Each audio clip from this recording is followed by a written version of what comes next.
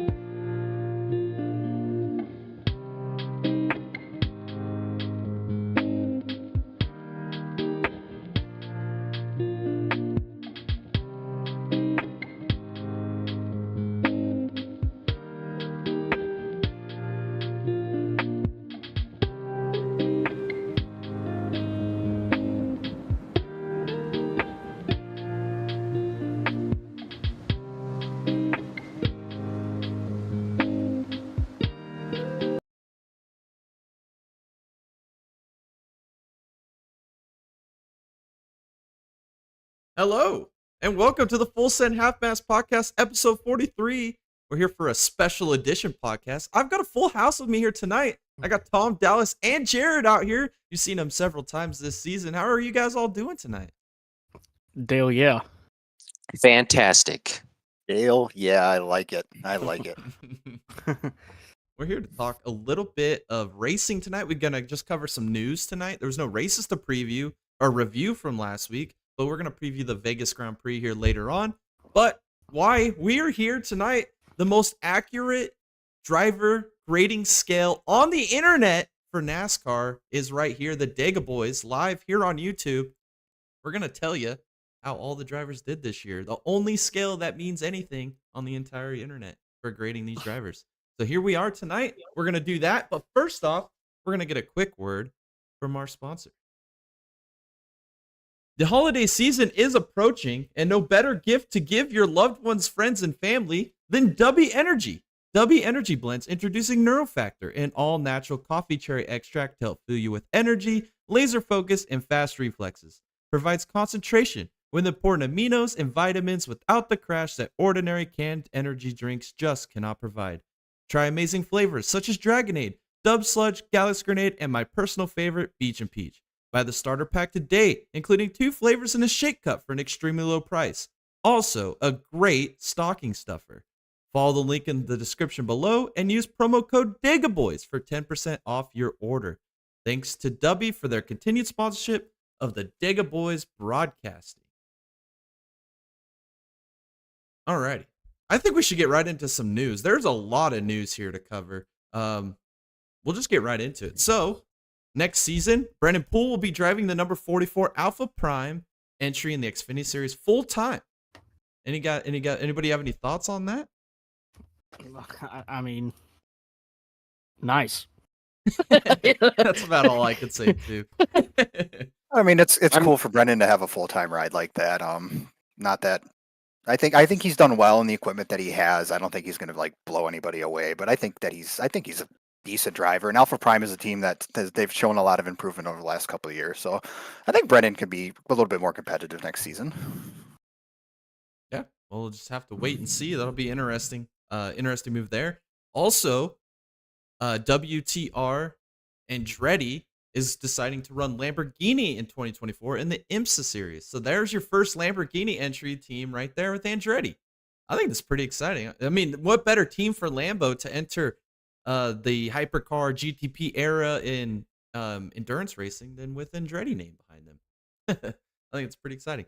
Also, crew chief Shore will be crew chiefing for Legacy Motor Club in the number 42 for John Hunter Nemechek in 2024. I think this is a dub for John Hunter Nemechek. Don't you guys think?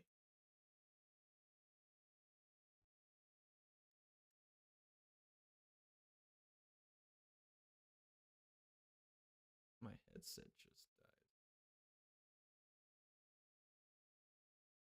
Oh, I think we're good now. I'm sorry about that. My headset just kind of turned off on me there. That was weird. Yeah, I was wondering. Alrighty.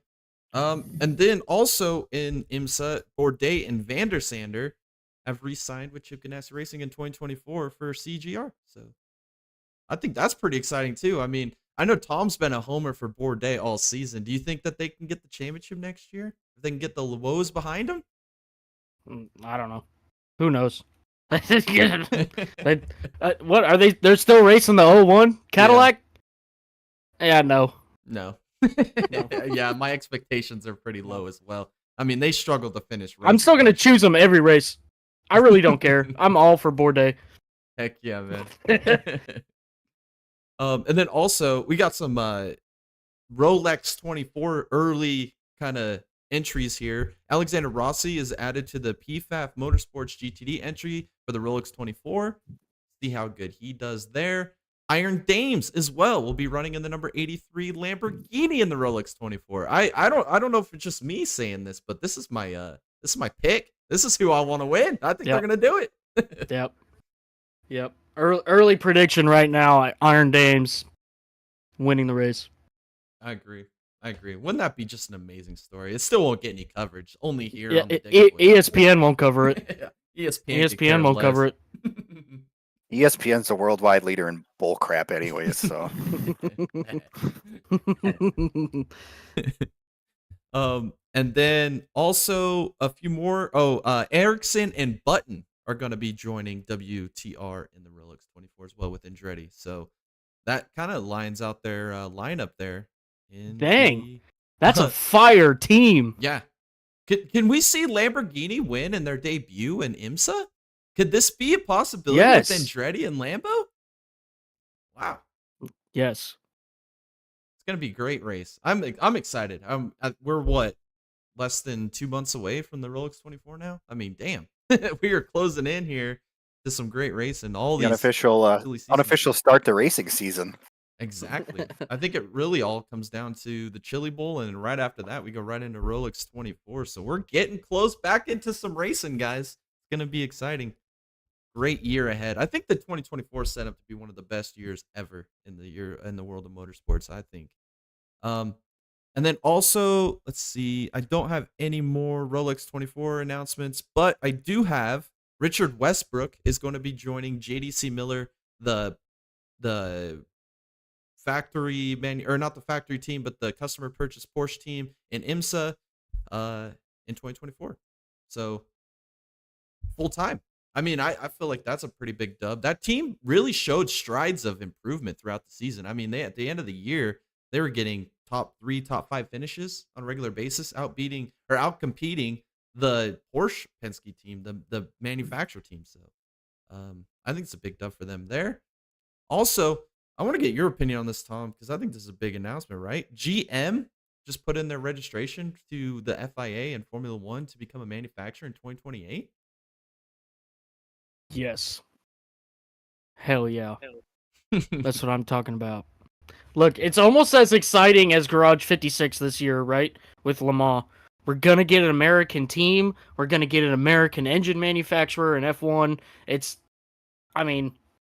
Haas almost did it with, their claim to be an American team, but didn't follow through with it, but Andretti is. I'm excited. This is some great stuff, man. This is great stuff. Let's get the American name up into Formula One. Let's get some more country represented here. That'll give all of us somebody to cheer for, right? Yeah. This announcement's going to make sure that the FIA has at least 10 races in America, come 2028. So let's just go back to Road America, right? I'm okay with that. They're FIA grade 2, so they're pretty close. Yes. It'd be a good race there. I might be a little biased, but I'm not, and it'd be a great race. It would be a great race. That track is just. They did just resurface the track, so I wonder if the grading would go up. That's right. Probably would. we'll have to wait and see. Maybe we could start this push here, Dallas. Maybe we can get hashtag F1 to Road America. Let's do it. Hashtag F1 at RA. Yeah, Let's do it. We can let's get do that it. going. We can get like 7 people to support us, I think. Yeah, maybe 7. Maybe 7. I think half of them are here. Alrighty. And then a few more little bits of news here. We also have Kyle Weatherman announced full-time in the number 91 DGM entry in the Xfinity in 2024. I think this is kind of with the Brennan Poole thing. I mean, what to expect, right? Not much. Just see how it plays out. Maybe he'll get some parking garage sponsorship there. Maybe he'll kind of follow in the footsteps there of Josh Williams a little bit. Completely unrelated, but we met Kyle Weatherman at Road America, and he was actually really, really nice with everybody. That was my first interaction I've ever had with him. So happy for him because he was just kind of bouncing around with rides, so at least he has some stability. Yeah, I mean, the way the Xfinity Series is going to be next year, I mean, with a lot of the top names moving on, it might be wide open there for just about anybody to make the playoffs. You find a win, you're in. With the playoff system set, so maybe you can find a win somewhere. And then also rumors, Josh Williams. Now that I mention it, to colleague. Thoughts? Yeah. It was leaked. I don't know. It could be like could be one of those situations like what Austin Hill did to Sheldon Creed there, or it could just be smoke in the wind. I don't know, but I'm all for it, baby. I'm all for it. I think parking his car at the front on the finish line at Atlanta was the best thing Josh Williams could have done. His career completely exploded.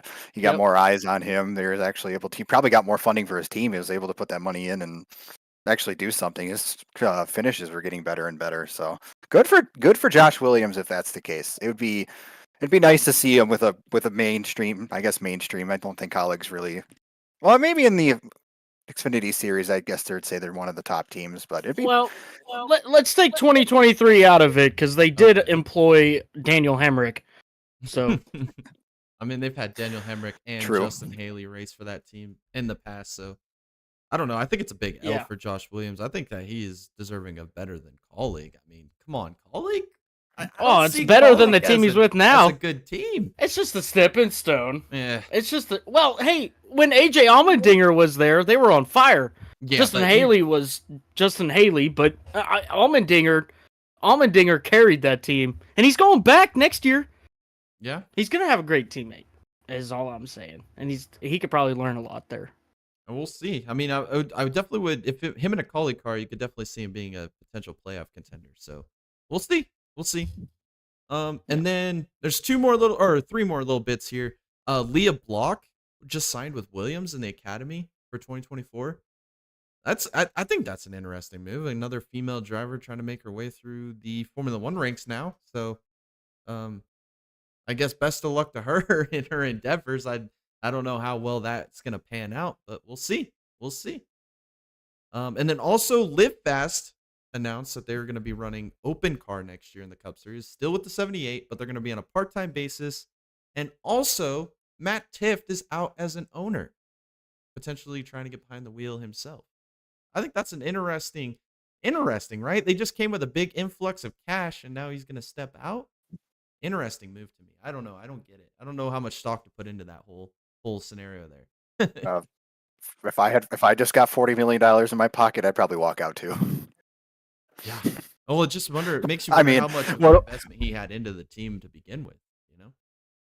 Significantly less than 40 million. I mean, you got to think what does Matt Tiff owe NASCAR? Nothing. What does anybody outside of people who watch the sport even know who Matt Tifft is? I mean, fair enough. Happy for Matt Tifft. He got a payday. Whether I don't know how much of the team yet he owned, but I think he owned a significant portion of the Cup team. But I mean, yeah, if I just got that much money in my pocket, I'd probably say see you later too. Kick my feet up on a chair on the beach and enjoy the rest of my life. Yeah, dude, I like your thoughts and your optimism. And then there was like a little first image that floated around the internet this week of a NASCAR EV series car. I guess my initial thought with this was I think this is a big L if we're going down the EV route. If we're going to do this, let's go hybrid, right? Am I not wrong here with the hybrid thought process? No. This is a big L. I think it's a big L. I don't think that EV is there yet. Like, let's be honest, Formula E, I mean, that's FIA's attempt in a top tier Formula car that's all electric. And I think the only reason why that's still going today is because of government handouts. I mean, let's be honest. I mean, you got all the guys that are getting kicked out of F1. They either go to IndyCar or Formula E, and then you forget about them. Yeah. No, except for IndyCar. IndyCar is pretty cool, but Formula E. I mean, when was the last time you heard the name Stoffel Van Dorn? Years. It's been years. I just watched a YouTube video of car crashes from the motorsports recently. All That's right, what I heard. well, you know what? Yeah, just kidding. You got a good point. But heard it here for the first time. Okay, but you know what? I don't look hybrid, or this is what you could do: a hybrid V6 twin turbo with an electric system behind it.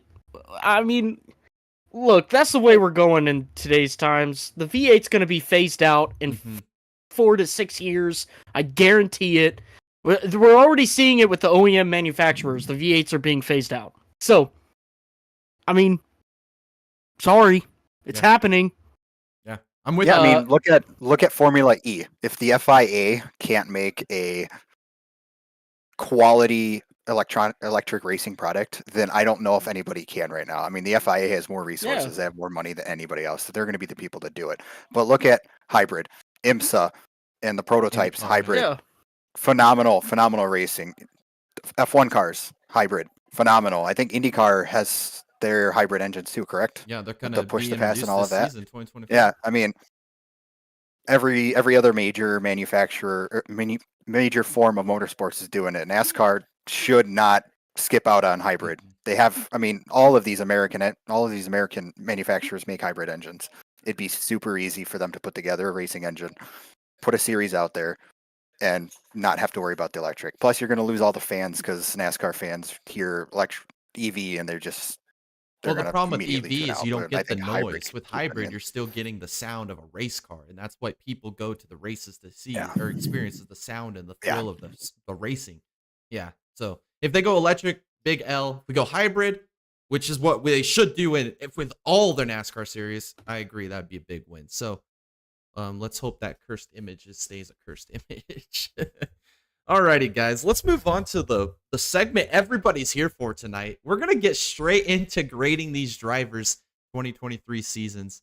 We're going to start off with your champion, Ryan Blaney. He had 36 starts, 3 wins, 8 top 5s, 18 top 10s, 3 DNFs, 562 laps led, and 6 stage wins. My grade for Ryan Blaney this year, I only had 3 drivers actually at A+, and this was one of them, Ryan Blaney. From the turnaround from March to now, A+ season. That is how you put together a full season. You fight through adversity, and you get the job done. A+ for Ryan Blaney. Tom, what is your rating? I'm going to give Ryan Blaney an A. I think that the regular season left a lot to be desired. I think that, maybe they were going through some testing on, some of their car parts or whatever to bring to the playoffs, but, I mean, they cut it really close. Really close. And, the first 2 rounds, Ryan Blaney was non-existent. I mean, and then he comes out and wins Dega, gets himself into the final, or to the final 8, and then wins Martinsville, gets himself into the final 4, and then wins, or doesn't win Phoenix, or wins championship, I think that Ryan Blaney and his championship run is a prime example of, possibly what NASCAR wants to see. Somebody who maybe not had such a stellar season comes out and still has a chance to win the championship and does. But I think that there was a group of other drivers that deserve that A+. I agree. I don't. It'd be close with an A+. I was kind of debating the A+ thing. I think I have to go with A just because of how the beginning of the year started with Ryan Blaney. And that might be a Ford issue because Ford struggled at the beginning of the year. I mean, halfway through the season, RFK was the best Ford team. And then you have Logano with 1 win, which is very unusual for a Penske organization, only have the 1 win. But solid A. How he finished out the season, the consistency in the last 6 races of the playoffs was, it might be the best I've ever seen. He was phenomenal. He held well under pressure, even with Chastain being Chastain in front of him. Could have completely blown it, kept his composure, and was able to secure that championship. So I got to go with A with Blaney. And I do want to say, Jay, I completely agree with you with his turnaround in the season. But like I said, I just think that there's another group of drivers that deserve that title. That's it. Sorry, I didn't mean to interrupt you, Jared.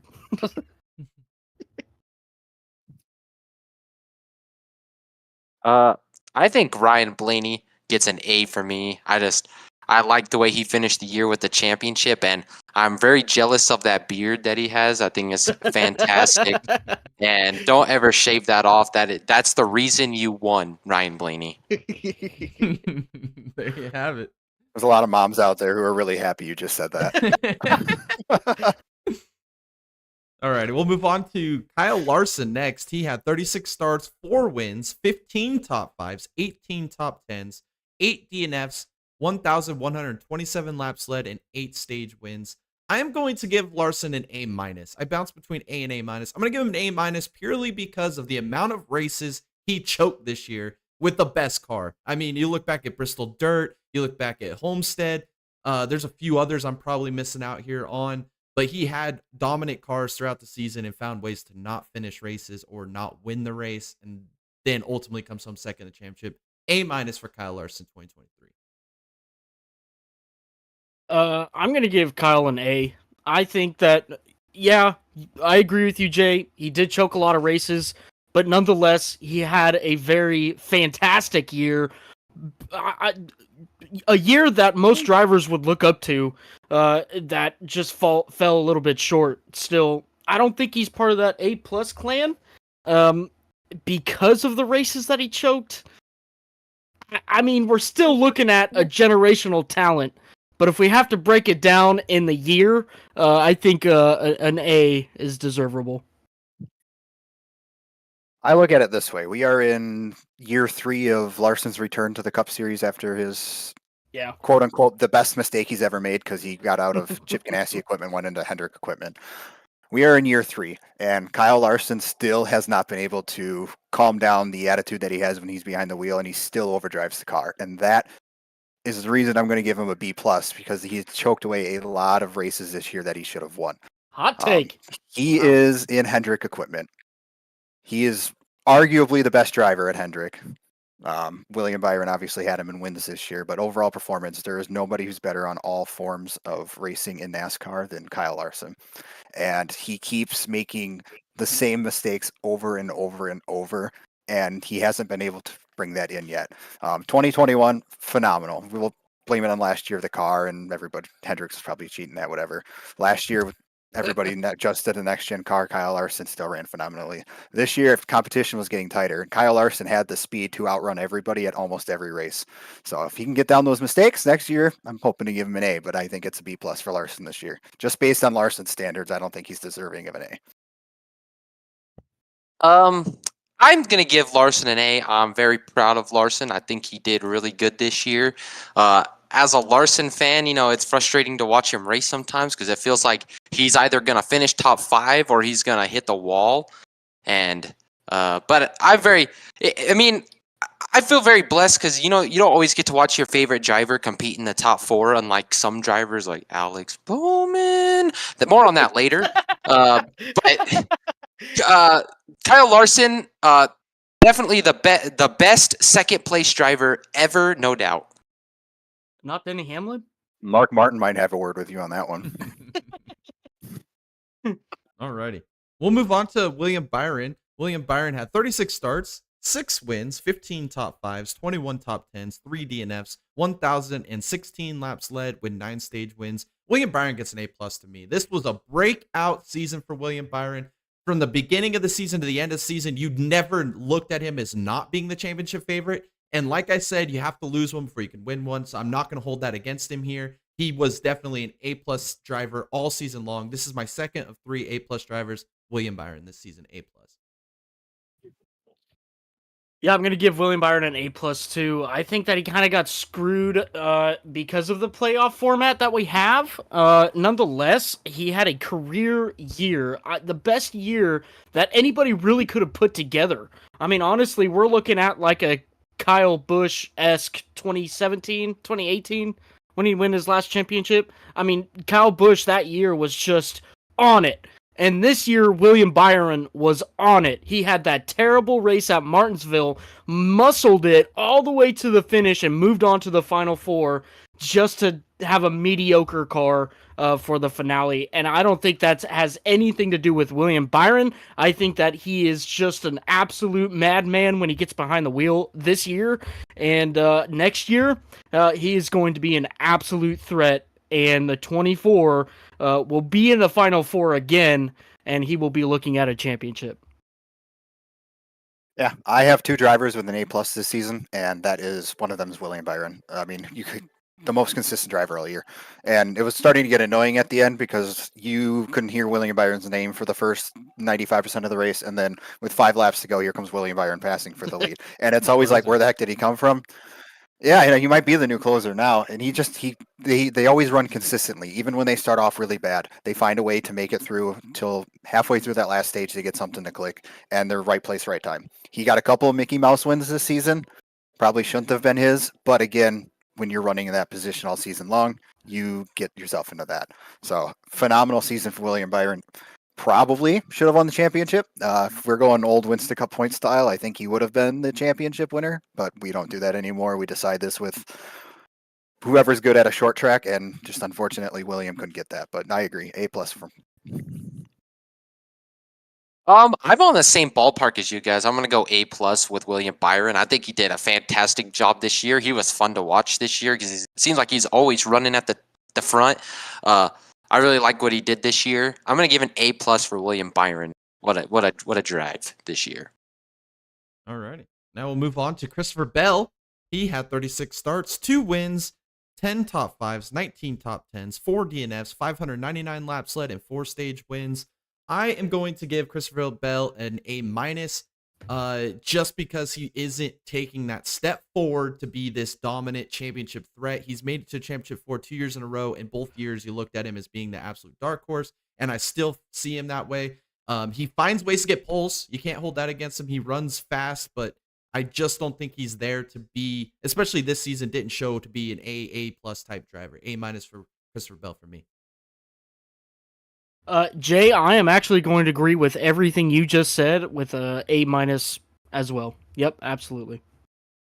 I mean, he was probably the most consistent Joe Gibbs racer, not in terms of obviously finishing really well, but I think he top 10 every single week in the first half of the season.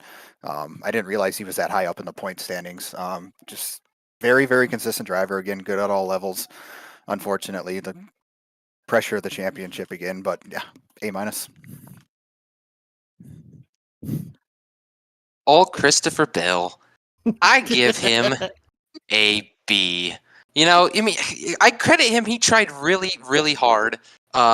He gave it his all, and Christopher Bell he seems like that guy that he's like that kid that you went to school with that like always showed up with a stain on his shirt. Like he always has a stain on his t-shirt, and you never know what it is. But I give him a B because I give Christopher Bell a lot of credit because I would pat him on his head if I could because he tried really hard.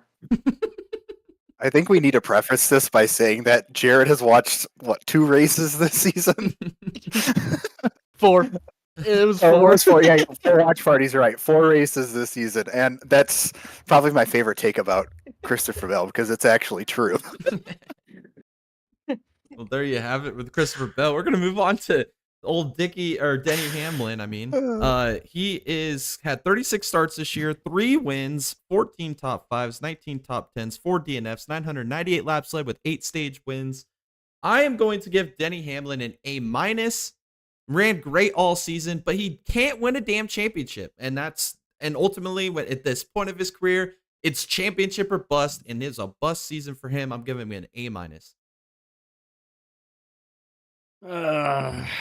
Old Denny Hamlin, huh? I'm I'm gonna give him a B plus. He turned up so hot in the playoffs, and just no, I'm not. I'm gonna give him an A minus. Look, There you go. and this is the only reason why I say that. Denny Hamlin would have made the Final Four if he didn't have that parts failure at Homestead. He would have made it. I am 100% on board with that. I am no Denny Hamlin fan. I did choose him to win the championship as a long shot this year. But I don't know, man. I think he had the speed to do it. Just outside circumstances prevented that. That's really all I got to say about that. I mean, it's Denny Hamlin. I mean, I don't know. I'm disappointed. I agree. I'm going to go with A minus. Get it out of the way. 2023 is the year that Denny Hamlin turned heel and embraced it, and we needed that for NASCAR. Kyle Busch, the last couple of years, really wasn't the heel that he used to be. Then he went to RCR, and I don't know if it was publicity or what, but he's been a completely different man in the press. But Denny Hamlin has turned a lot of heads this year and brought a lot of attention to the sport. Unfortunately, when you do that, you have to show up. And in the last few races of the playoffs, although he was fast, I don't believe that it was championship caliber performances. And the one thing holding over his head now is that he can't win the championship. So I think it brings into discussion, is he the best driver to never win a championship? It's got to be close with Mark Martin. Maybe not quite there, but he needs to be able to close out these things. Again, probably the most consistent driver in the regular season, I'd have to say. Denny Hamlin was good all year long. That team finds a way to just nickel and dime their finishes. He just needs to finish it out. So, A minus. I'm gonna give Hamlin an A minus. Look, he's a good driver and he does everything he can. He just can't finish a season. But does anybody else get like the feeling that like he's in the wrong profession? Like the guy should be like working for the WWE. Like the guy's a heel, man. He is good at it. He is good at being a heel. He just gets everybody all worked up all the time. I still can't get over like what he did earlier in the season where he admitted to wrecking somebody. Like, I mean, he literally showed up to court with a shirt that said "I did it." It was just entertaining to see, and Dega Boys, we have a really good video on our channel about it earlier in the year. Like, so if you're watching Dega Boys, like I've been telling you to, you would see that, and it's been great. But Denny Hamlin, A minus. Well, there you have it. All right, Tyler Reddick, 36 starts, 2 wins, 10 top 5s, 16 top 10s, 3 DNFs, 470 laps led with 6 stage wins. I don't know where to put Tyler Reddick here. I'll give him an A. It was his first year at 2311. I don't think he didn't have that many DNFs. He didn't do really anything that would make me think he wasn't an A grade driver. There's nothing he did that would make me think that he was above an A grade driver. Just a mediocre season all around. Did have a couple wins. Yeah, A. Just A. Well, I think the biggest thing that we kind of overlooked here is that it is his first year with this team, and this team only knew Kurt Busch, Ty Gibbs, and Bubba Wallace. So I think Tyler Reddick overcame a lot this year with the team. I think that him getting a win in itself would be a big deal. He had multiple. I think that he was better, had a better season than Bubba Wallace. And I believe that Tyler Reddick really showed up this year with his with the circumstances that he was put under. So I'm going to give Tyler Reddick an A. I'm going to give Tyler Reddick, and I'm a massive Tyler Reddick fan. I can't give him an A. I debated B plus territory, but I think I'm going to go with A minus, just because he still makes too many mistakes. I think at the cup level that he shouldn't be making. He still drives it over his head, trying too hard to push out that extra. He's going for the win when he doesn't need to go for the win, and it's costed him stage points, crucial stage points that could have helped him maybe make it out of the round of 8. But again, the team is still really young. New team, working with new guys, coming off the season that he just had with Richard Childress and the relationships he had there. He had a lot going against him. 23-11, still working to become elite behind. I mean, we think of him as Joe Gibbs' secondary team, but he did really well for his first year with the new team. I kind of like some of the things that Dallas said there. Yeah, it's first year with the new team. I'll give him the benefit of the doubt. I'll give him a B+. Tyler Reddick's just one. I mean, I'm not taking shots at him, but Tyler Reddick's like one of those drivers that I just always forget about. Like, I completely always forget that he's a NASCAR driver. Like, I can name like 42 drivers and before I get to Tyler Reddick. And nothing against him. I just forget about him all the time. B+. I'm really glad my wife's not listening right now. She'd probably kill you. Alrighty. We'll keep hurrying on through these ones here. We're going to go to Chris Buescher next. He had 36 starts, 3 wins, 9 top 5s, 17 top 10s, 1 DNF, 255 laps led, and 2 stage wins. This is my final A+ driver. I've had 3 of them. This is my final one, Chris Buescher. He outperformed anybody's expectations, and if you had expectations that were more than what he did this year, then you were absolutely delusional and out of your mind. He had 3 wins, and he won 2 in a row. I mean, he held the Ford banner for basically the first 3 quarters of the season until Blaney turned up at the end. A+. There's nothing more you can ask for Buescher this year. I'm excited for what to come next year. A+, Chris Buescher. Yep, I'm gonna absolutely agree. A+ this year, had a career year with RFK. The support that he got, the team that rallied behind him, the team that Keselowski has built around him. Absolutely phenomenal. I mean, the number 1 Ford team this year. Look, Penske might have won the championship, might have won the war, or might have won the battle, but RFK won the war. Absolutely this year. RFK was just phenomenal and showed up every week with the 17 and the 6. You can't change my mind. RFK is still number 1 Ford team. Because of Chris Buescher. I had 2 drivers in A+. Chris Buescher is the second one for all the reasons you guys have said, and for one that many people don't think about. There are 2 people that own a team that race in NASCAR, one being Denny Hamlin and one being Brad Keselowski. The difference is Denny Hamlin always wants to beat the guy that he's racing against, and Keselowski does what he can to make sure that Buescher is the best that he can be. I think Keselowski is the best support system that Buescher has, and coming from your boss who you're trying to beat every single week has done so much for his mind state and for his ability as a driver. The growth that he's had over the last 2 years is incredible, and I hope that Chris Buescher continues this and makes a run for championship 4 next season.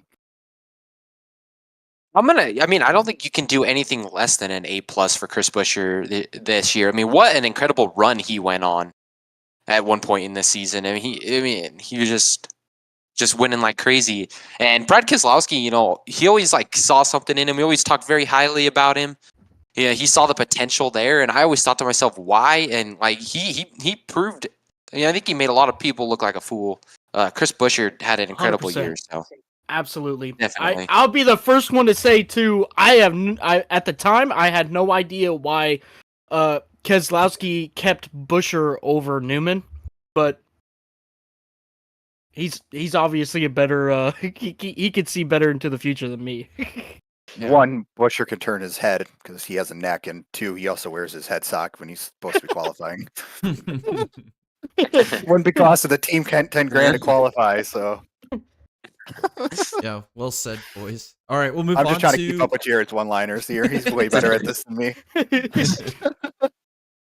We'll move on to his team owner, Brad Keselowski, next. He had 36 starts, 0 wins, 7 top 5s, 16 top 10s, 3 DNFs, 341 laps led, 6 stage wins. A-, and that's purely because he didn't win. I picked him so many times to win a race and just kept laying down just no wins. I mean, that's the only thing that's hampering his season for me. He made it pretty far in the playoffs, but without winning, you just aren't going to go far in these playoff systems. So A- for Keselowski here. I'm gonna give Keselowski an A, and it's only because of what we could physically see with the RFK team turnaround this year. Multiple times this year, we saw Keselowski give up the top running spot to Buescher because Buescher was just in a slightly better position than himself. Instead of battling with Buescher, he gave him that dub. I can look back at Richmond when Keselowski was in prime to win that race, and circumstances just absolutely canceled him out from the race win. I don't think that. I think the only disappointing thing about Keselowski's season was that he didn't win. And I still don't think that's too bad because what he's done with the team completely overshadows him being in victory lane, in my opinion. Agreed. I am giving Keselowski an A. It takes a lot to go from racing with Penske, competing for wins week in, week out. Keselowski knew he'd be taking a step back when he got into the ownership position. And last year, I think it was more growing pains than he was expecting, but he's had to work through that. And the growth from last year to this year, and Keselowski's still grinding it out and putting on that ownership hat. Like, this team isn't about me, it's about all of us. And what he's done for the organization is incredible. And the fact that he's out here knowing that he might not be, knowing that he's probably not the best driver in his own organization, and putting his best foot out there and trying his best. I'm kind of rambling there. Keselowski deserves more credit than he gets, I think, because he doesn't have a win. And I don't know if there's a harder working man in the Cup Series right now than Brad Keselowski. I'll have to give Brad Keselowski an A-. And I was trying to think of like what he's done on the track, but like Dallas, when you talk about Chris Buescher, made up a really good point that I never thought about. I mean, he put a lot of emphasis on Chris Buescher, and he's really helped build Chris Buescher up, and been one of those leading guys into helping his confidence. So maybe he just kind of taking a back seat and letting Buescher kind of take the role of the head guy there. So I'm going to give Keselowski an A-. Alrighty, we'll move on to Ross Chastain. He had 36 starts, 2 wins, 10 top 5s, 14 top 10s, 4 DNFs, 640 laps led with 5 stage wins. I'm giving Chastain a straight B on this one. The way he led the points early in the season and then he just disappeared for 4 or 5 weeks. I put no stock into his win at the end of the season. I have no stock put into that. Chastain was the most hit and miss, hot and cold driver all season long. And from Nashville win onward, where was he? So B for Chastain. Yeah, I agree with that. I'm also a big Chastain fan. So I think that I'm giving him a B because of exactly what Jay said. Hot and cold, couldn't decide whether he was going to run top 10 or, be all the way back in 25th all day. Extremely disappointing from the season that he had before in 2022. I don't know what happened at Trackhouse. I mean, I didn't really expect much from Suarez anyways, but he didn't get a win this year. I don't know if it's team or if it's driver. I'm more leaning towards team because of the way Chastain drives and his philosophies. But nonetheless, Chastain, I mean, not really a career-defining season. Last year was just too good. I don't know, but maybe this year was just a normal year that we should be expecting at a Trackhouse. I don't know, but B, yeah. I'm actually different from you guys. I almost had him at an A-. I'm going to give him a B+ for the fact that I don't put a lot of stock into last season because it was the first year with the next gen car, and it took a while for teams to figure the car out.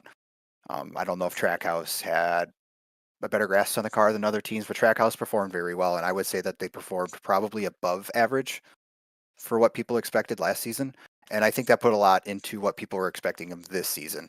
And with everybody being more competitive, I think that was, I don't think that it made them look worse. I just think that the field is more competitive. I actually put a lot of stock into his last win because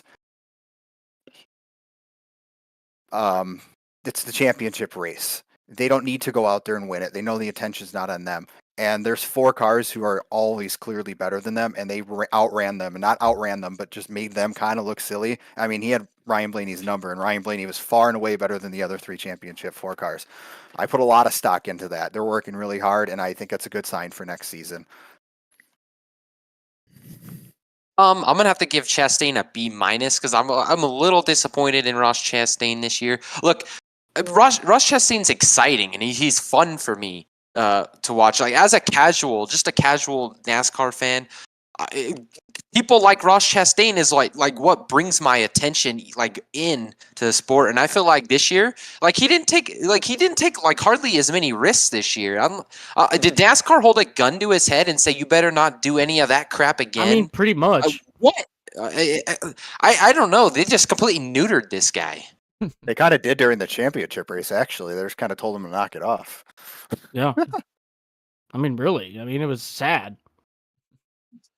All right, well, there's Ross Chastain for you guys. We're going to go straight into Bubba Wallace. He had 36 starts, 0 wins, 5 top 5s, 10 top 10s, 5 DNFs, 285 laps left, and 0 stage wins.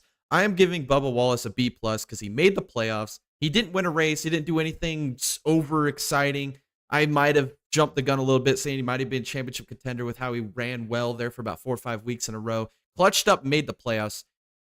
Put big stock into that for my ranking and rating here, but B+ for Bubba Wallace. I feel like that's decent. Yeah, I'm going to agree with everything you said. Jay, again, B+ for Bubba Wallace. Look, he did have a good year. He didn't have a win. Okay, that's just what it is. Keselowski didn't have a win either. All right, even though he had the car multiple times to do it, I believe Bubba Wallace had a car multiple times to do it as well. It didn't happen. Circumstances or choking like Talladega 1, where he just absolutely took himself out with Blaney. I still think though that Bubba could build on this year and come back better next year. Yeah, agreed. Bubba Wallace did very well this year, his best season, and he doesn't have the same numbers. Look, he has 5 top 10s. The next closest person to him is McDowell had 2. He finished 10th in points. He finished 10th in points as somebody who barely made it into the round of 16 with 0 playoff points to his record. Yeah. He performed really well in the playoffs, and I think his performance, even at Martinsville, outstanding. He's always historically done well at Martinsville, but in the Cup level, he hasn't really been that great. He did very well. He's finished the season out very strong. I think that leads good into next season, and I think Bubba always races with he always has extra pressure on him. He gets a lot of unnecessary hate just because of who he is, and it's a shame, but he has to deal with that, and he handled that really well this season. I think he is going to be in for a better season next year. Maybe not a win yet, but I hope to see more top 5s, top 10s out of Bubba. I'm gonna give him B. I think he had a pretty consistent year, and to make the playoffs, there's a lot of drivers that wish they could say they did that this year. So I'll give Bubba Wallace a B. Alrighty, we'll move on to Martin Truex Jr. Actually, a regular season champion, Martin Truex Jr. had 36 starts, 3 wins, 9 top 5s, 17 top 10s, 3 DNFs, 899 laps led with 6 stage wins. I am giving Martin Truex Jr. a B-. I mean, the championship favorite, I said throughout part of the early parts of the season before the playoffs, and then he just had the worst playoff run I've ever seen in the history of the playoff system.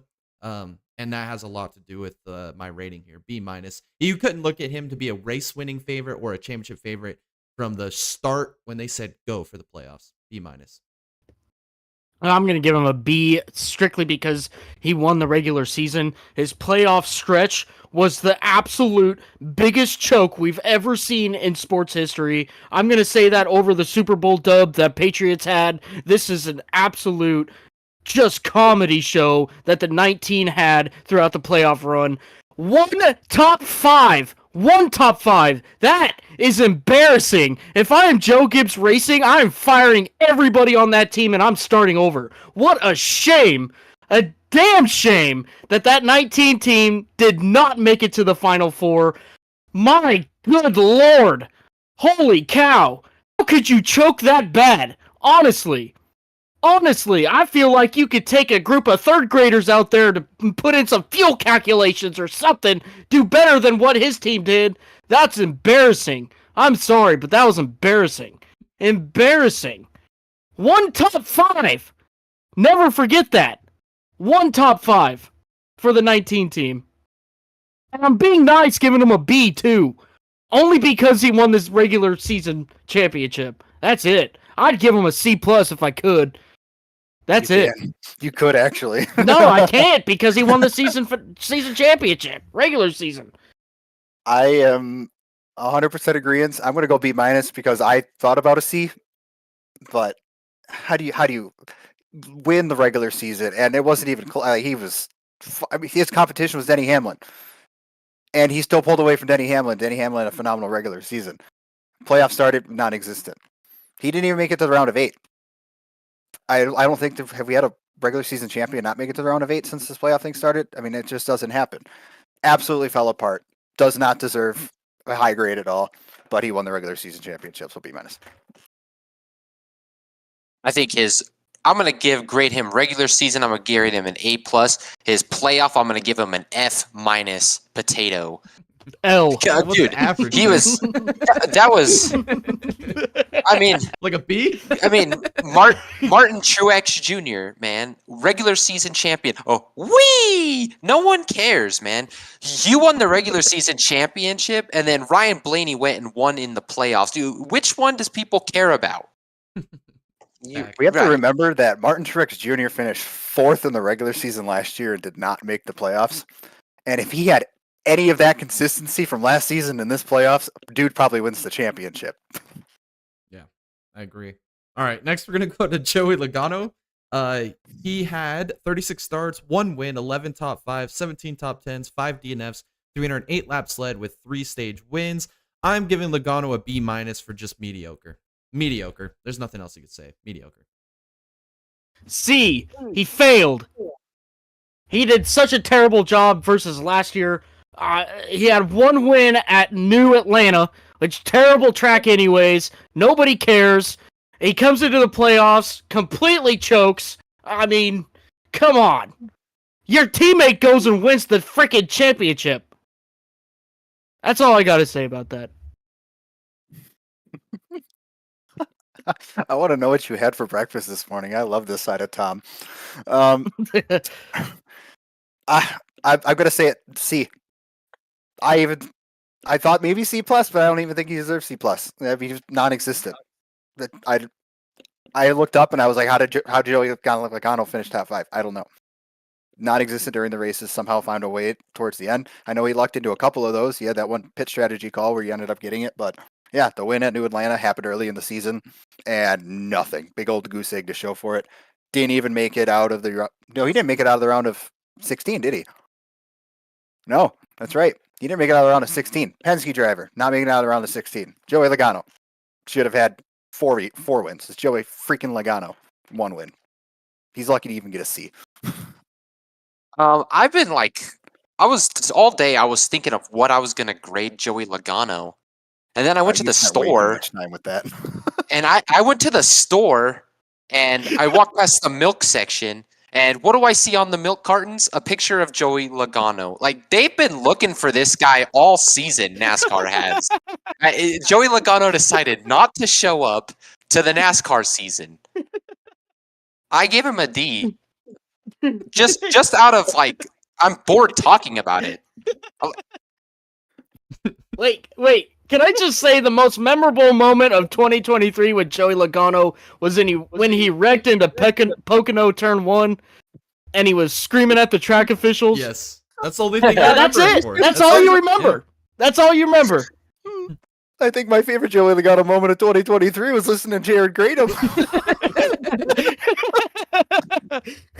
Oh my god, that was fantastic.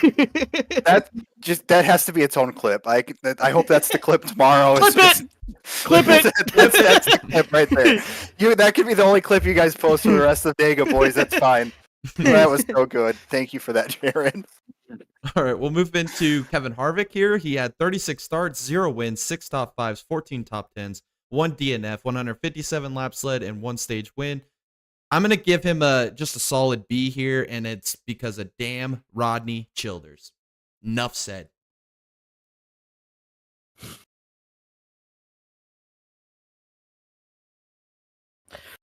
Rodney Childers is an L.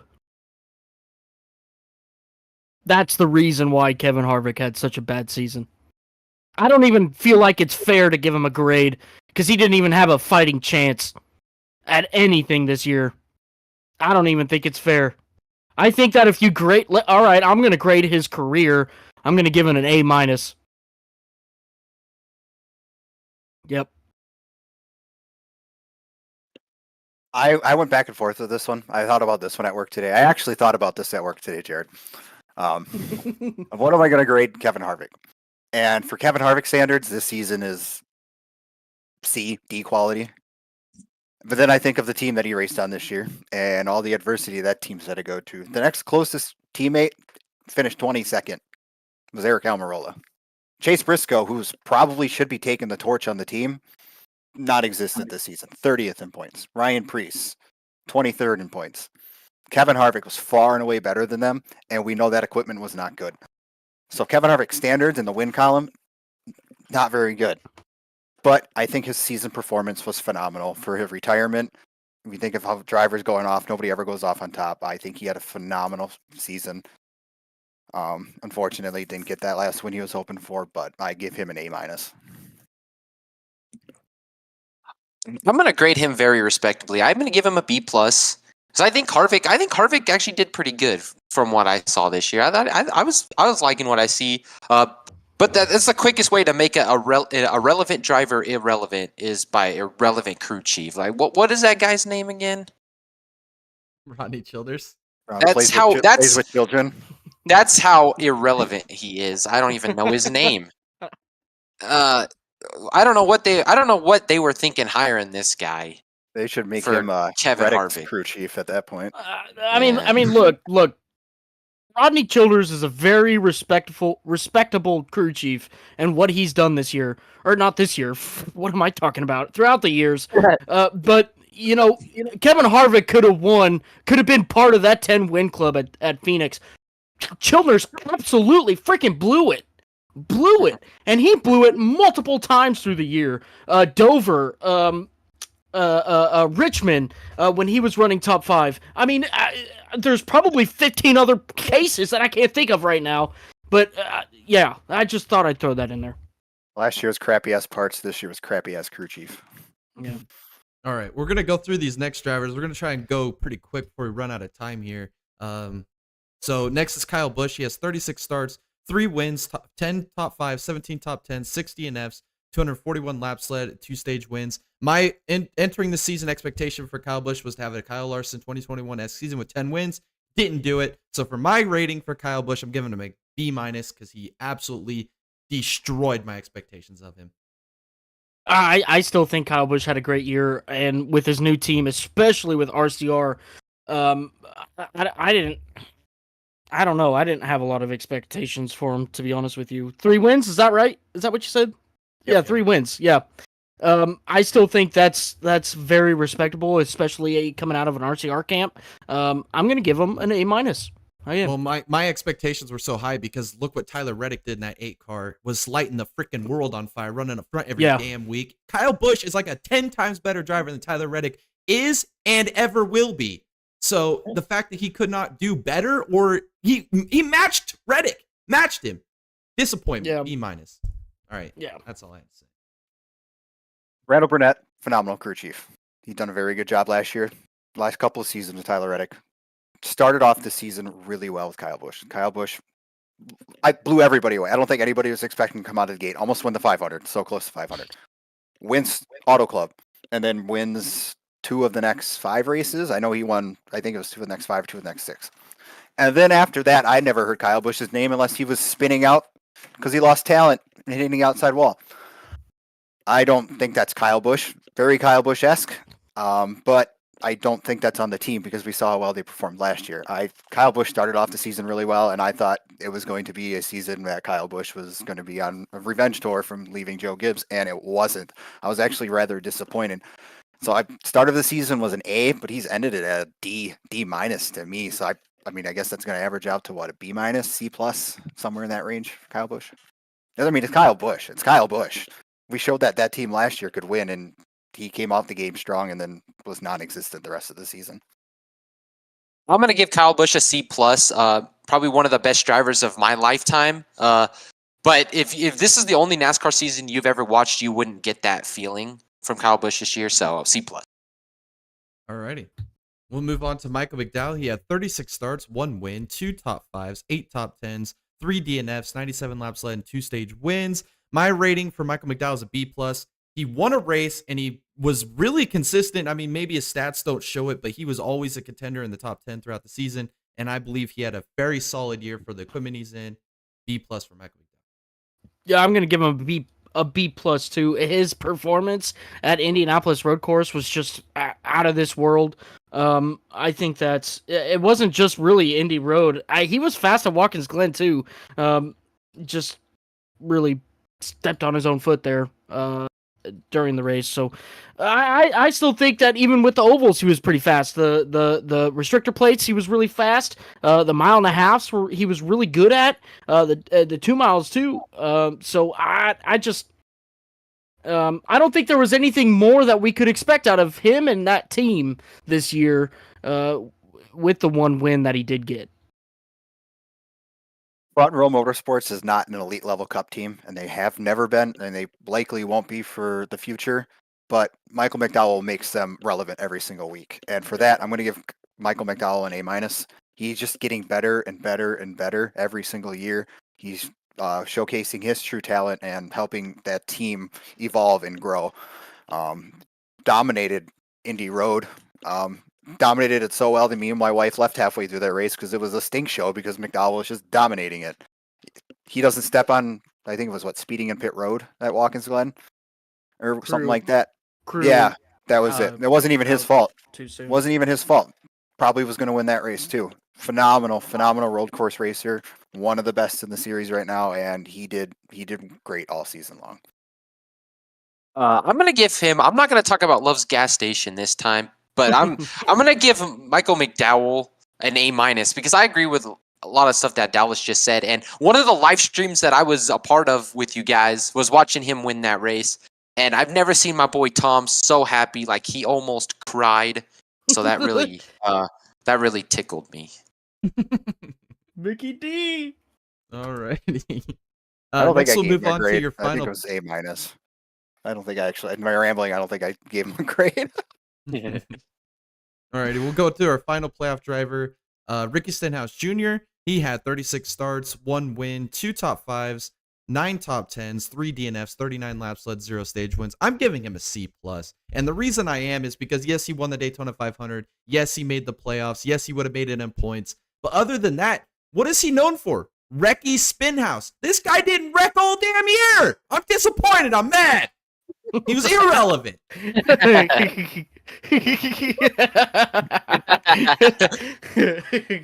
Oh man.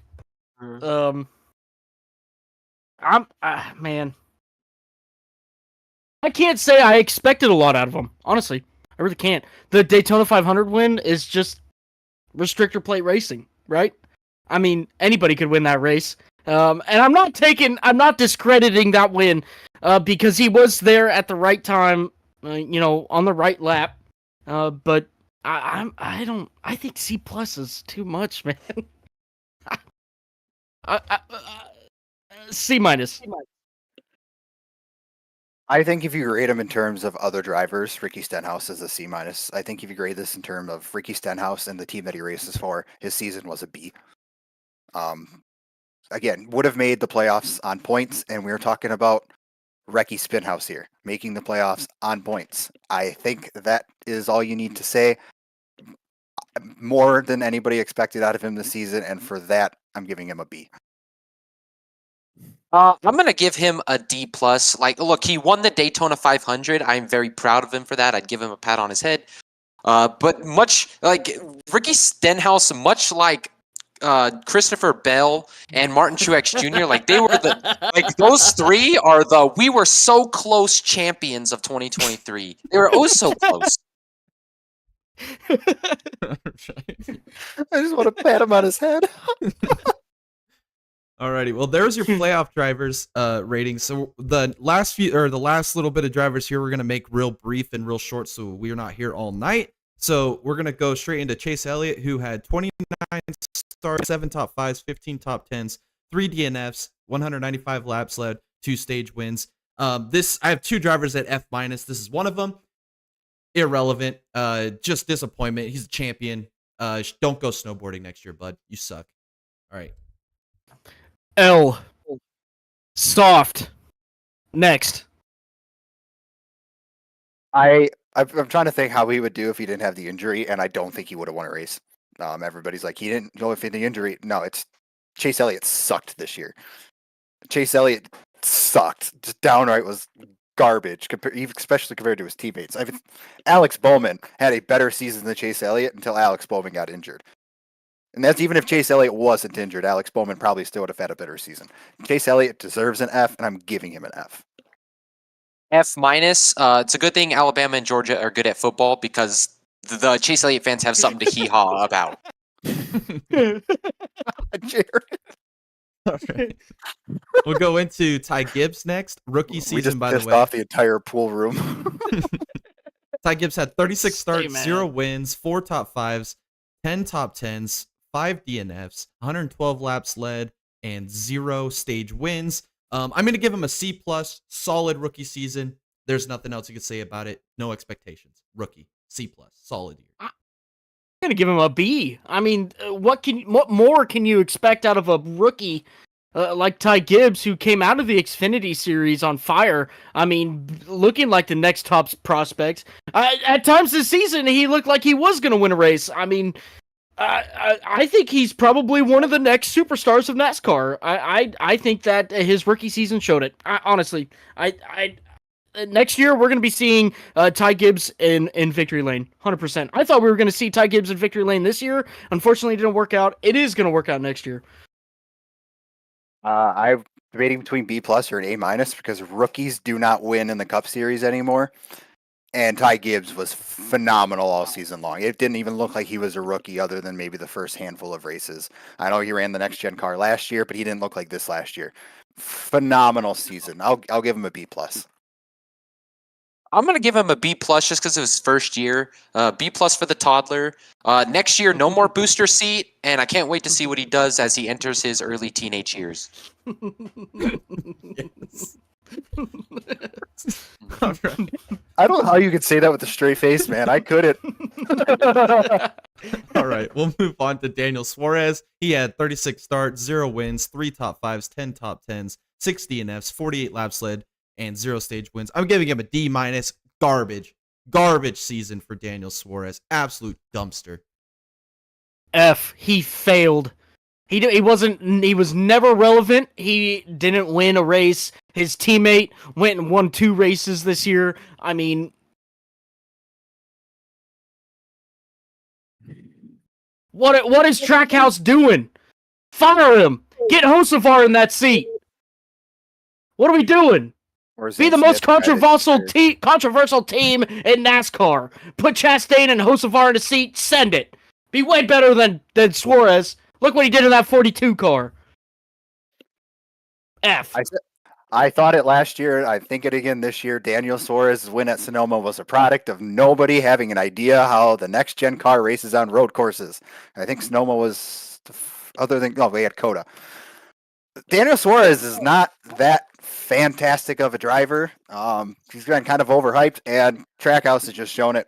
Chastain is racing circles around him. He has a couple of okay runs every now and again, and then he chokes them. He could be running second, finds a way to finish dead last. Daniel Suarez is getting a D. I'm going to give him an F. I mean, non-factor, absolute non-factor all year, and being a non-factor, that's how you get booted. Yeah, so F.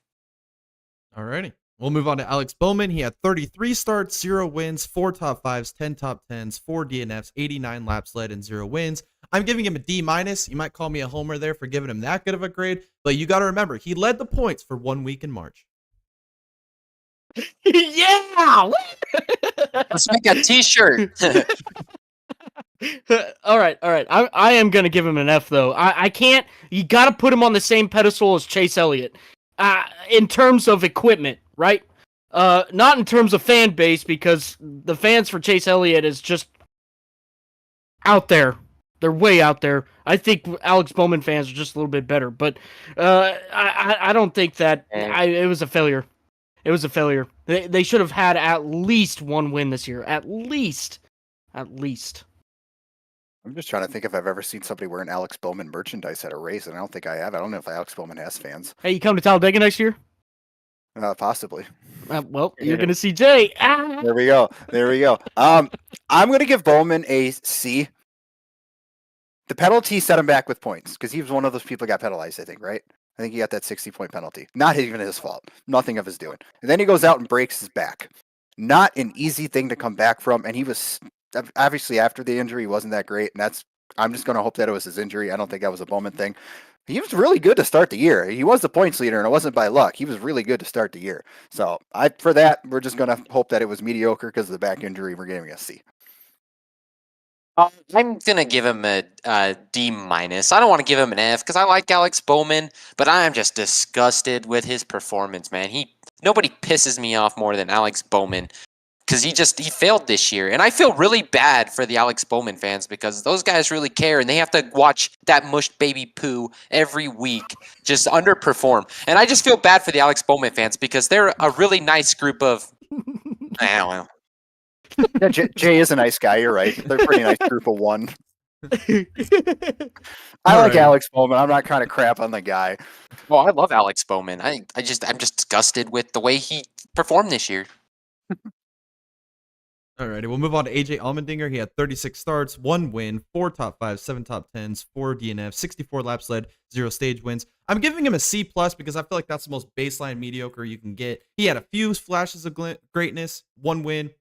C+ for Allmendinger. I'm gonna give him a C. I would have given him an F if he didn't win that race, but he did. C because he won the race. Look, it's Colleague. They're building that Cup team. Still, you can look back at the first podcast we ever did, and I said that AJ Allmendinger is going to be a threat this year. He wasn't. It was severely disappointing. C. AJ Allmendinger was a bigger threat as a part-time driver last year than he was at any point this season. Yep. I don't even know how I don't know if the Roval was strategy or what. I didn't think he was that fast, and then all of a sudden he had the lead at the end. Happy for him that he won.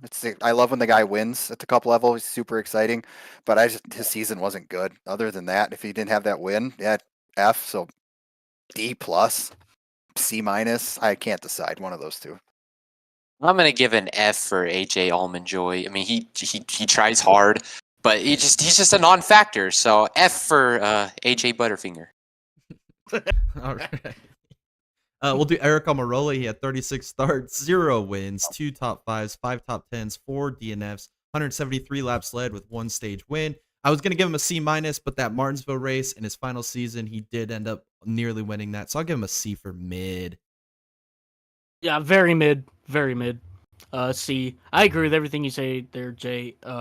Honestly, though, the best moment of my 2023 season is when we were all hanging out at Talladega, and we had that one little guy, Chase Elliott fan, sitting there trying to watch Chase Elliott win the stage, and he got overtaken on the very last 100-foot stretch by AJ Allmendinger. Very clutch, very good. I was very happy to see that, but that is literally the only thing I remember from AJ Allmendinger this season. I mean, Eric Almirola. Yes, Eric Almirola, my bad. He doesn't even remember his name. Yeah, that's how mid. I'm going to try my hand here at one-upping Jared, and I'm going to say that Almirola's season was much like burnt bacon. His career is overcooked. I don't know why he decided to come back for another year of embarrassment. He should have left last year when he was like, I don't know, because nobody cared when he said he was coming back, and nobody cared that he was leaving either. Almirola, you're getting a D. I'm going to give Almirola a D-. The only reason he's not getting an F because Tom beat me to the punch, but the memory of sitting at Talladega with that loud breathing Chase Elliott fan. And I don't know what's up with these Chase Elliott fans. They breathe loud. They're just loud breathers. You're going to have to specify with the loud breathing Chase Elliott fan. I don't know how I got on a Chase Elliott them. fan rant. We're talking about Almirola, but yeah, the memory of Almirola, yeah. It's actually what the Almirola siren for the pool room is. The pool room is just a bunch of They breathe loud. It's weird. All right, we'll go into Ryan Preece. He had 36 starts, 0 wins, 1 top 5, 2 top 10s, 5 DNFs, 149 laps led with 1 stage win. C-. I got nothing to say. C-.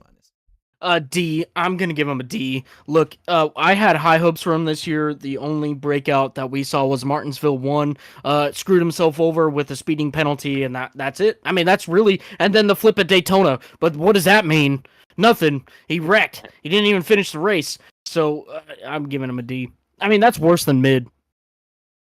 Ryan Preece's Cup. I don't think. Yeah, I didn't think I was that funny either. When the highlight of your season is you doing about 25 barrel rolls down the backstretch at Daytona, probably not a good season. And for that, D-. Although he took that like a champ. Yeah, I'm gonna go with an F. I mean, Ryan Preece. You guys have know I've said it in the past. I'm really high on Ryan Preece. I like him. But the highlight of his season for me was like I was at Talladega and I watched him wreck into Larson right in front of me at Talladega. That was cool. That was the highlight of it. I mean, Ryan Preece. I mean, like you can ask anybody. They don't have anything good to say about him, but they don't have anything bad to say about him. Like he's just kind of meh.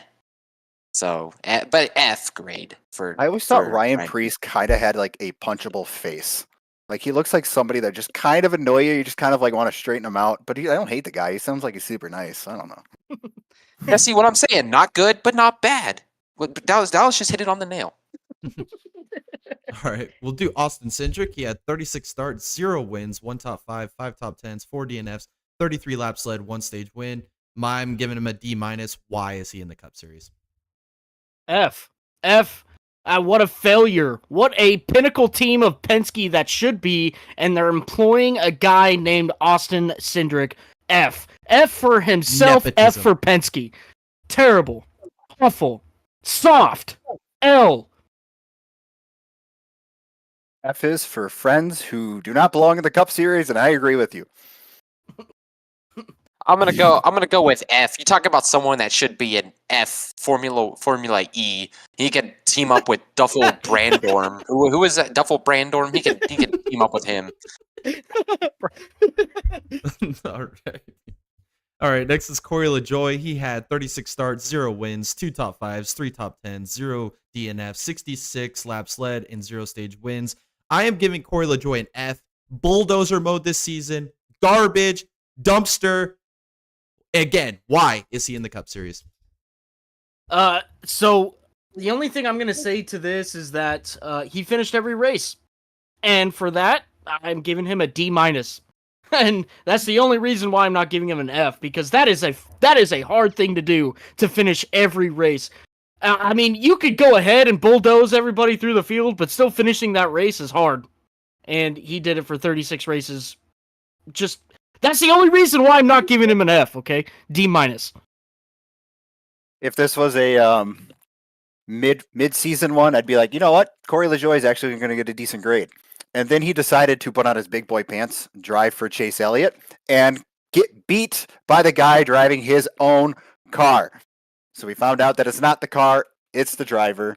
Mm-hmm. Corey LaJoie, you're only relevant on super speedways after you wreck about half the field, but congratulations on not finishing a race. I guess that's the best I can do. He gets a D-.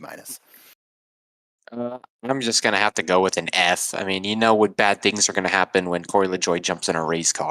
All right. Next, we're going to go Justin Haley at 36 starts, 0 wins, 1 top 5, 6 top 10s, 3 DNFs, 24 laps led, 0 stage wins. He's not a Cup driver, but I'm giving him a D+ because I show mad respect for the way he roasts SVG at Chicago Street. That's it. Yeah, I that's exactly what I was going to say, but I'm giving him a D-. And that's really it. I mean, that's the highlight of his season. Well, Justin Haley went from being kind of relevant with colleague to being who the hell is that? Why are you racing at the back of the field with Rick Ware next year? So I guess that was probably the best career, just worse. I don't know. It's Justin Haley. We'll find out next year. F. Yeah, Justin Haley just sounds like a career bottom feeder name to me. All right. We'll go Eric Jones, 36 starts, 0 wins, 1 top 5, 7 top 10s, 4 DNFs, 24 laps led, and 0 stage wins. C. He had a good playoff run. He wasn't in it, but he had good finishes in the playoffs. That salvaged it for me. C, mid. Yeah, I agree. I agree 100%. Everything you just said, I agree. Yep.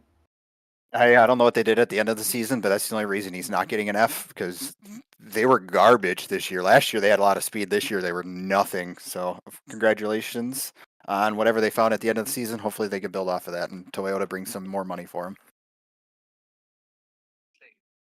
I'll do a D minus. Alrighty. We'll go into Todd Gilliland, 36 starts, 0 wins, 0 top 5s, 4 top 10s, 4 DNFs, 0 laps led, 0 stage wins. I don't know. Maybe it's my bias here. I gave him a C plus just because I just believe in him. I do. I don't think the stats really reflect how good of a driver he is. Yeah, I agree as well, Jay. I think that Todd Gilliland is going to be a great addition to the NASCAR Cup Series in the coming years. I think that, obviously this year he was running part-time. It wasn't even a full-time effort. So with Todd Gilliland, we should be expecting some great things out of him and Front Row, front row motorsports in the coming years for sure. I agree. Everything Jay said, I agree with. F in chat for Furniture Row Racing. Yeah, right. I like Todd Gilliland. Super nice guy. Races everybody clean. He's getting better. As we talked about, front row is not elite, so I think he's outperforming his equipment. Still expect a little bit more out of him in the next couple of years. I'm glad they give him another chance on his new contract. C plus. I'm just going to give him a D minus, mostly because I don't know a lot about him. So D minus. So congratulations, Todd. All right, we'll move on to Austin Dillon. He had 36 starts, 0 wins, 1 top 5, 7 top 10s, 10 DNFs, 19 laps led, 0 stage wins. I'm going to give him a D minus. The only reason it's that high is because I got great comedy relief with that helmet throw. Austin Dillon, you said? Yeah. F. F. Terrible. What an awful year. You have a teammate literally just doing, mountains better than him. All right? Still in the grand scheme of things, not that great, but my God, you've been there the whole time. Soft. I despise Austin Dillon. I have nothing good to say about him. I think he's an arrogant little tool. He's mooching off his grandpa. If it wasn't for his grandpa, he wouldn't even be relevant. And if it wasn't for him wrecking the leader, coming to the line 20 years after Dale Earnhardt did, nobody would know who Austin Dillon is. If he didn't drive the 3, nobody would have an idea who Austin Dillon is. It's a shame he's driving the 3, and I hate it. I'm not even going to give him a grade. He doesn't deserve one. Look, I'm going to give him an F because what's the worst thing in sports? It's nepotism. Nepotism is the worst thing in sports ever. And if he was a good driver and he there, I'd be okay with it. But it's clearly nepotism. So, I thought it was chauvinism. I'm going to add that if he's actually the future, of RCR, I'm terrified. If he's supposed to be taking over like rumored is, that organization is going to go downhill really fast. Alrighty. We got 3 more drivers here. We're going to go Chase Briscoe first. 36 starts, 0 wins, 4 top 5s, 8 top 10s, 2 DNFs, 184 laps led with 0 stage wins. I am giving Chase Briscoe an F. Garbage. You don't make the round of 8 and then absolutely suck so bad that you can't even get in your... What the hell is this guy doing, man? I can't stand this guy. F, F, F, F. F all the way around. F. I agree. Everything with the passion too. I enjoy that passion.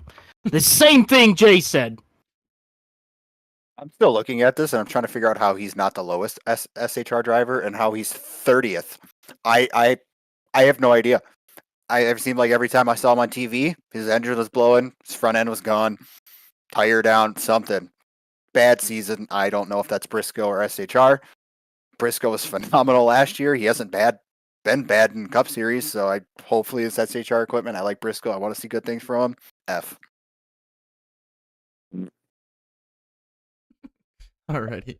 Harrison Burton, 36 starts, 0 wins, 0 top 5s, 2 top 10s, 6 DNFs, 25 laps led, 0 stage wins, D- nepotism. Did you really replace Matt DiBenedetto with this guy? Really? Is this where we're at? Terrible. Stuffed. Wood Brothers, you're a disgrace. Do I really need to give him a score? Really? All right. I'm going to give him a D- just because I like him. I talked to him at Bristol last year. Very nice conversation. That's the only thing I really have. Been disappointed with him so far. He needs to turn it around, though. Otherwise, he's going to be gone after next year, so. I'm just upset because they got Tom very upset. Who, me? Alrighty. We'll do our final driver here for our driver grades for 2023. It will be Ty Dillon. He had 36 starts, 0 wins, 0 top 5s, 0 top 10s, 6 DNFs, 11 laps led, 0 stage wins. This is my final. I have 2 F minuses. This is one F minus. What a shame. What a shame of an absolute C filler. Nobody wants you. Nobody. Leave. Retire. Go home. All right. That's all I got to say. He's got a pretty nice looking wife. It just can't be that bad going home all the time. I mean, just take it with a grain of salt. I don't know. F? Maybe? F minus? L? What a shame it is to have that last name Dylan, man. Holy cow. I thought I remember seeing that he had a stage win this year. Maybe I'm wrong. Because when I look up Ty Dillon's stage win, it doesn't show up. But I thought he had one this year. Huh. I'm going to give Ty Dillon a D- for the fact that he despises his grandfather and does not race for the team, and that he's trying to do this on his own. Because he could just play the lovey-dovey, I love you, Grandpa card, and probably be in the same spot as Austin Dillon, but he doesn't. He's trying this on his own. And for that, I'm ever going to be thankful, because that's hard to do in this sport, and money talks, and Ty Dillon obviously doesn't have the funding, because that's why he's racing on these teams. But I gotta give him at least a little credit for the effort that he puts in. I might give him an F. Alrighty. Well, there you go. That's our driver grades for 2023. If you agree, disagree, let us know in the comments below. We can't wait to see what you have to say. There's some pretty good one-liners in there by everybody in here. I love the passion. We all had some pretty good takes. So let us know what your guys' opinions are on those drivers, for sure. All right, we got one more segment here before we close out. We got a race this weekend, the Formula One Las Vegas Grand Prix. All right, we're going to go through our picks, dark horses, what to expect. This is going to be a very cold race, one of the record-breaking coldest races in Formula One. Pirelli's worried about the tires here.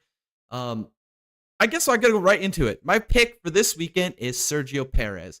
I am picking Sergio because if you were going to name one guy who is really good at street courses, this is the guy right here, Sergio Perez. This is kind of his only thing in the entire world he's ever good at. It's running at street courses. I think that he's got a great opportunity to win this weekend. I think Max Verstappen takes the weekend off because there's nothing for him to gain. All he's doing right now by winning more races is bleeding money through the FAA's super licenses and everything. The more race wins he gets, the more money he owes them. So he has no reason to go out and win any more Grand Prix. I think the best thing in his interest is finish P2 behind Perez this weekend. That's why I'm taking Perez. And then my dark horse, I'm taking Esteban Ocon. I'm a little bit of a homer here. I love Alpine. I'm an Ocon fan. And I want to see Ocon get a podium here in Vegas. I can't wait. So my favorite this weekend, I'm actually going to go with someone else too. I'm going to go with Carlos Sainz. because of his performance at Singapore. Now, there was a little bit of extracurricular activities going on, with the whole Verstappen or Red Bull deal that blew up right in their face there. But besides the point, Carlos Sainz did have speed, and he was very fast. Ferrari was very fast. So I think that we could be seeing something out of Ferrari this weekend. I'm actually really excited to see it. And then for my dark horse, I'm gonna go with I'm gonna go with Fernando Alonso. Yeah, I am. I think he classifies as a dark horse now because of all the woes they've had since Barcelona. So I'm gonna go with Fernando Alonso. Yeah. I don't see a circumstance in which Red Bull does not go out and win every single race this season, and I hate that. I think it makes the sport really boring that Red Bull is so good. This is coming from somebody who is a Lewis Hamilton fan. And man, 2012 on must have sucked really bad. However, I didn't say that I enjoyed it. I'm just saying I'm almost rooting for it at this point because of the feat that it would be. So I don't see a way that Red Bull does not win this race. And I don't see a way that that race is not won by Max Verstappen. He is simply too good. Red Bull, I don't think can put any eggs in Perez's baskets anymore. I don't even think Perez is safe for a ride at the end of the season, no matter how much they say that he is. This is Red Bull we're talking about. That seat could very well be Ricciardo's next year again. So I would have to say that Verstappen's my pick. I don't think Perez is even going to be relevant. He hasn't been relevant the entire last half of the season. Dark horse is going to be the car that's sitting right behind Tom. It's going to be a McLaren. Oscar Piastri. Oh, all right. Oscar Piastri is better than Lando Norris. Lando Norris will never admit it. Oscar Piastri just needs a little bit more experience under his belt, and if that McLaren keeps improving like it has been, Oscar Piastri is going to be somebody to reckon with. I think in terms of who's going to win, I'm just going to go with Verstappen. Like, I heard what Jay said, about him, just taking the week off. He's got nothing else to prove, but he just doesn't really strike me as someone that's, even though he's got the championship all locked up and everything, he doesn't strike me as someone that would settle for second place. So I'm going to have to go with Verstappen there. All righty. Well, there you have it. Those are our picks for this weekend's one single race, Las Vegas Grand Prix. It's going to be super exciting. Saturday night, tune in. Make sure you guys watch that. This is kind of a groundbreaking event here. First time in Vegas for the Formula One. See if this becomes an annual tradition. With that being said, though, that's going to end this podcast. We're going to make sure you guys check out all of our social links. They're on the bottom of the screen on the live stream. Go follow us on X. Go follow us on Patreon, Facebook, and TikTok. We got lots of good content there. We're going to have a little bit of content coming out this week. We also have one more broadcast on Wednesday. Make sure you guys tune into that at Auto Club for the Gen 6 series, the Motor City Cup. Should be pretty fun. Are you racing in that one tomorrow, Dallas? Depends on work. 'Tis the season, so I don't know if I'll be busy or not. I was surprised I wasn't busy today, considering how busy I was yesterday. So it'll all depend. I'm an idiot and forgot to put in for a short day, so we'll see. Hopefully I can make it. I enjoy racing Auto Club, and I haven't had a good run in Nexus in a while, so I'd like to have a good run. Well, there you have it. We might or might not see Dallas tomorrow. So make sure to tune into that. That should be a lot of fun. We'll have some good racing action there in the Gen 6 series. Also, make sure you guys go buy the holiday season is here, guys. Tis the season. Go buy yourself go buy your friends, family, your loved ones a tubby of Dubby. Maybe buy a starter pack, throw it in the stocking, and let's share this holiday spirit and cheer with everybody. Make sure you use the code DEGABOYS for 10% off your order. Help you guys out there at the holiday season, getting everything for all of your friends, family, and loved ones. Make sure to go hit up the Dega Boys merch store. Link is also in the description below. Buy your guys some swag. Get swagged out. Swag your family out. Swag your friends out. Swag your loved ones out. Just give everybody the Dega Boys swag for this holiday season. You can even buy a Dega Boys stocking to put under your Christmas tree. So make sure you guys go do that. Swag out your car, too, and get a sticker on that bad boy. Yeah, go sticker bomb your car with Dega Boys merch. Share all of it with your friends, your family, loved ones. We are on the road to 1,000 subs. We are climbing ever so close, day in, day out, gaining so many more subs. I want to thank everybody who's liked, commented, and subscribed over the past. It's time's just flying. We started this in March, Tom, and here we are in November. What a great year of racing it's been. Just amazing. And then Tom, you want to shout out our good buddies there at the King of Camo? Yeah, hey, make sure if you guys are into firearms or any firearm modifications, go check out our friends over at the King of Camo. They've got everything from mild to wild and gun customizations. Go over to their their YouTube channel, excuse me. Go give them a follow, subscribe, a like. Go comment there, tell them the Dega Boys sent you. It means a lot to them, and it means a lot to us. And we appreciate your guys' support on both ends there. Yeah, and I also want to shout out Dallas. Not only is he here tonight with us on the podcast, but he is a member of our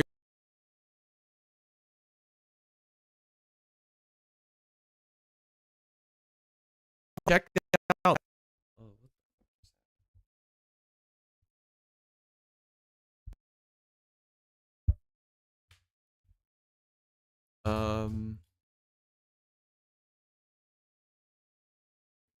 Oh no, we lost Jay. I think I'm still here, but my monitors just went off. Can you Yeah, guys we can hear you. Yeah, you're Alrighty. still here.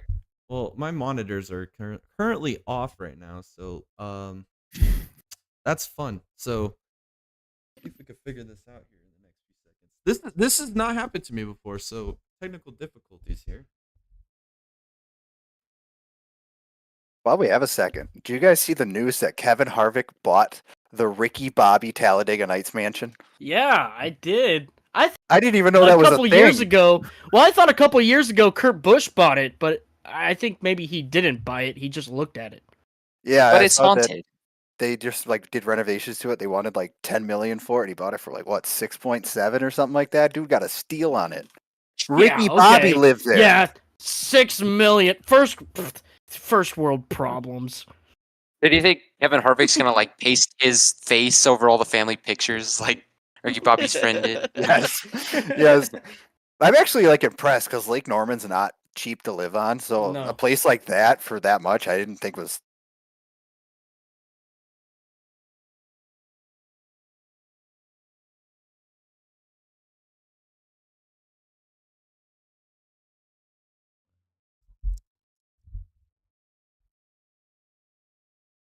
You all right there, Jay? I think I'm fine. Let me turn on my camera. Sorry about all of that, guys. I think There the we go. stream is probably ended. Nope, we're still live on YouTube. All right. Well, sorry about that, guys. I don't know what happened. Maybe a little power surge. Maybe so much going on here. Maybe it was just all the excitement we had tonight and all the fun we had. So maybe we'll just chalk it up to that. Alrighty, guys. Well, thank you guys so much for coming in. Dallas, Jared, Tom, I had a good time. We talked a lot about some good racing. Got a good moments tonight. And I'm just happy to be here. heck yeah. Same. If you guys enjoyed it, make sure to like this video, share it with your friends, and we will all catch you guys tomorrow for the Motor City Cup, and then we'll be back here like clockwork, episode 44, here for the Full Set and Half Mast podcast, episode 44. We'll see you guys then. Have a good rest of your night. Peace.